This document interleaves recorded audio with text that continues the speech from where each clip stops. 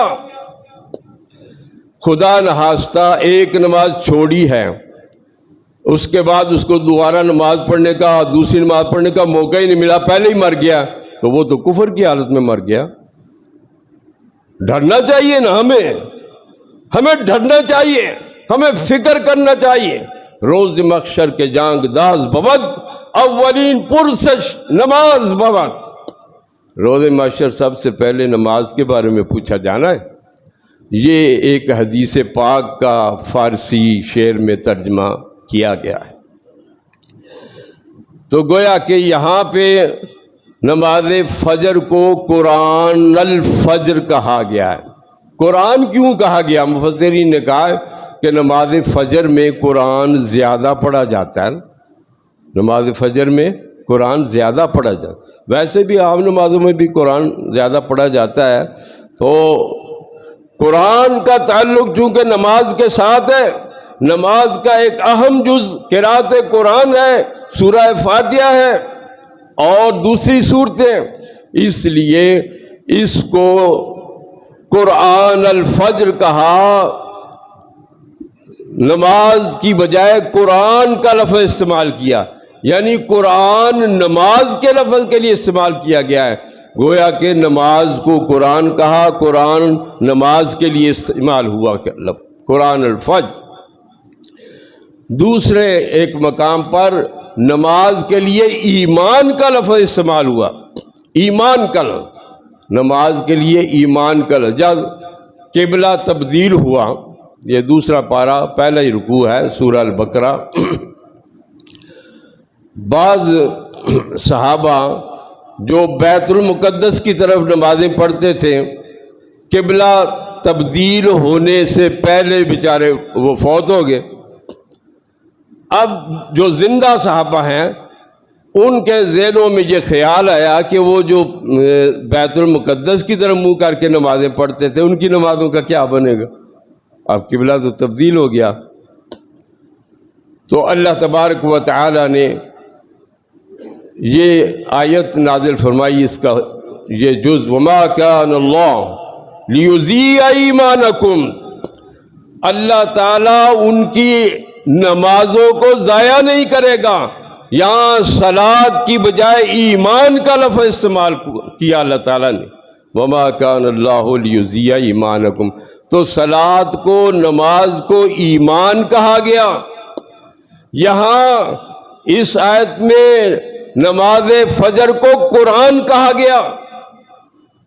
گویا نماز اتنی اہم چیز ہے، اتنی اہم چیز ہے، اتنی اہمیت ہے اس کی، اتنی اہمیت کہ اللہ کے پاک پیغمبر دنیا سے جا رہے ہیں، آخری لمحات ہیں، آخری ایام ہیں، کچھ ضروری نصیحتیں آپ فرما رہے ہیں۔ احادیث میں باقاعدہ ان کا ذکر ہے کہ آپ نے 5 دن پہلے یہ فرمایا، آپ نے 4 دن پہلے یہ فرمایا، آپ نے 3 دن پہلے یہ فرمایا، آپ نے 2 دن، یہ ساری تفسیرات احادیث میں موجود۔ اس وقت آپ نے ایک خاص وصیت فرمائی اپنی امت کو، نماز نہ بھولنا، نماز سے غافل نہ ہونا، نماز نہ ترک کرنا، نماز نہ چھوڑنا۔ الصلاۃ آخری ایام ہے، آخری لمحات ہیں، اور اللہ کے رسول کی زبان سے کیا تاکیدیں نکل رہی ہیں، کیا وصیتیں نکل رہی ہیں۔ میری امت کے مسلمانوں، نماز نہ چھوڑنا، کسی بھی صورت میں نماز سے غافل نہ ہونا۔ وما ملکت ایمانکم، اپنے متحدوں سے، اپنے نوکروں سے، اپنے غلاموں سے اچھا سلوک کرنا، ظلم و زیادتی نہ کرنا، یہ اللہ کے رسول آخری وصیتوں میں فرما رہے ہیں۔ تو اس مقام پر ہمیں یہ پتہ چلا کہ نماز فجر کی کس قدر اہمیت ہے، اور ہمارا حال کیا ہے کہ جتنی نماز فجر کی اہمیت ہے اتنی ہی ہم کوتاہی برتتے ہیں نماز فجر میں۔ آ کے دیکھ لیں نماز فجر میں کتنے نمازی ہوتے ہیں، مغرب کی نماز میں دیکھیں کتنے نمازی ہیں، اور فجر کی نماز میں دیکھیں کتنے نمازی ہیں۔ یہ اس قدر کوتاہی، اس قدر لاپرواہی۔ نبی پاک صلی اللہ علیہ وسلم نے فرمایا حدیث پاک میں کہ دو نمازیں منافقوں پر بڑی بھاری ہیں، بوجھل ہیں، بڑی مشکل ہیں، ایک فجر کی نماز اور ایک عشاء کی نماز۔ فجر کی نماز منافق پر بڑی بھاری ہے، آج تو مسلمانوں پر بھی بڑی بھاری ہو گئی۔ یہ مسلمان منافقوں والی روش اختیار کیے ہوئے ہیں۔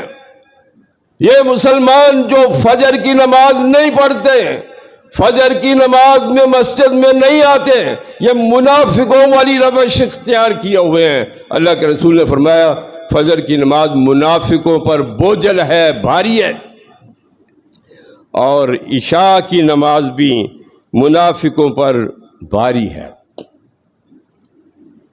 تو میرے بھائیوں، اللہ کے رسول کے فرمان کو اپنے ذہن نشین کرو اور اپنے آپ کو منافقت سے نکال لو، اپنے آپ کو بچا لو، جہنم سے بچا لو۔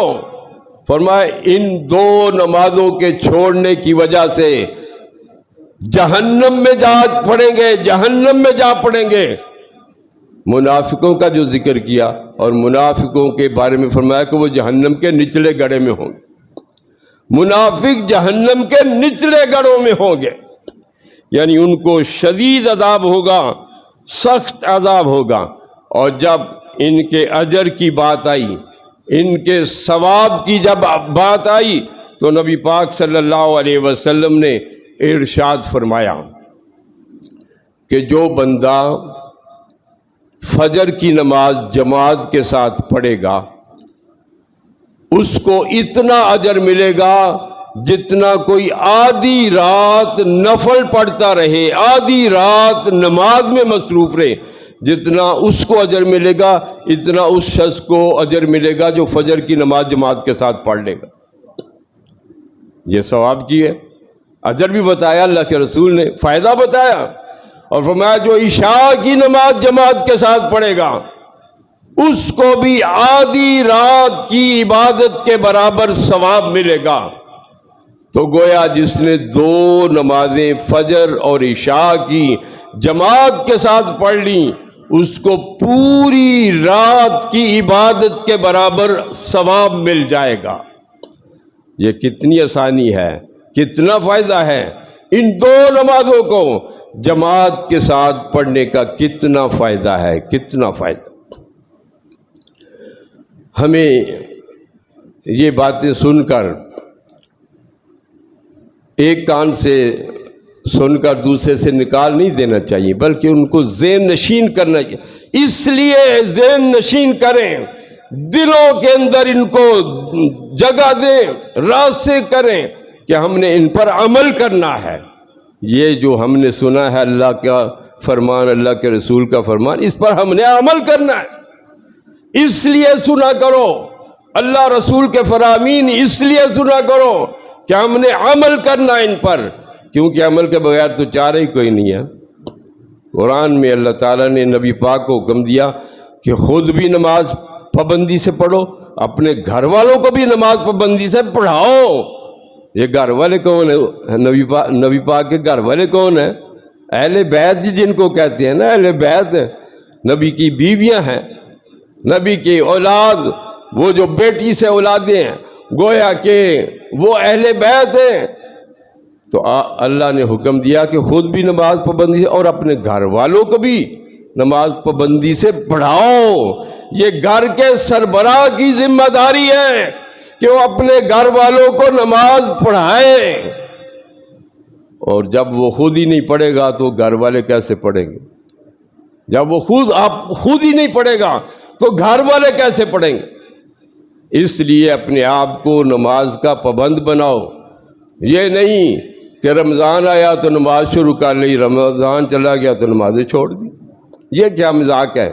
یہ دین کا مذاق ہے، یہ دین کا مذاق اڑانے والی بات ہے، یہ اللہ کو ناراض کرنے والی بات ہے۔ جیسے رمضان میں شوق تھا نماز پڑھنے کا، اسی طرح بعد میں بھی ہمیشہ کے لیے ہونا چاہیے۔ نماز فرض ہے کس وقت تک؟ جب تک جسم میں جان ہے، جب تک دماغ ٹھیک ہے۔ جب دماغ کام ہی نہیں کرتا پھر تو اس کے لیے کوئی پوچھ نہیں ہے۔ جب دماغ کام ہی نہ کرے، پاگل ہو جائے اس کے لیے، لیکن اچھا بھلا جو ہے وہ پاگل بن جائے تو اس کے لیے تو پھر بہت سخت پوچھ ہے، سخت گرفت ہے اس کی، جب اچھا بھلا پاگل ہو جائے۔ ہمیں اس بات کا احساس کرنا ہے کہ ہم نے اپنے آپ کو صحیح مسلمان بنانا ہے، نبی پاک کا سچا عاشق بنانا ہے، نبی پاک کا سچا محب بنانا ہے، کہ جو بات اللہ کے رسول نے فرما دی وہ سچ ہے، برحق ہے، اور ہمارا فرض ہے کہ ہم اس پر عمل کریں۔ اللہ ہم سب کو توفیق عطا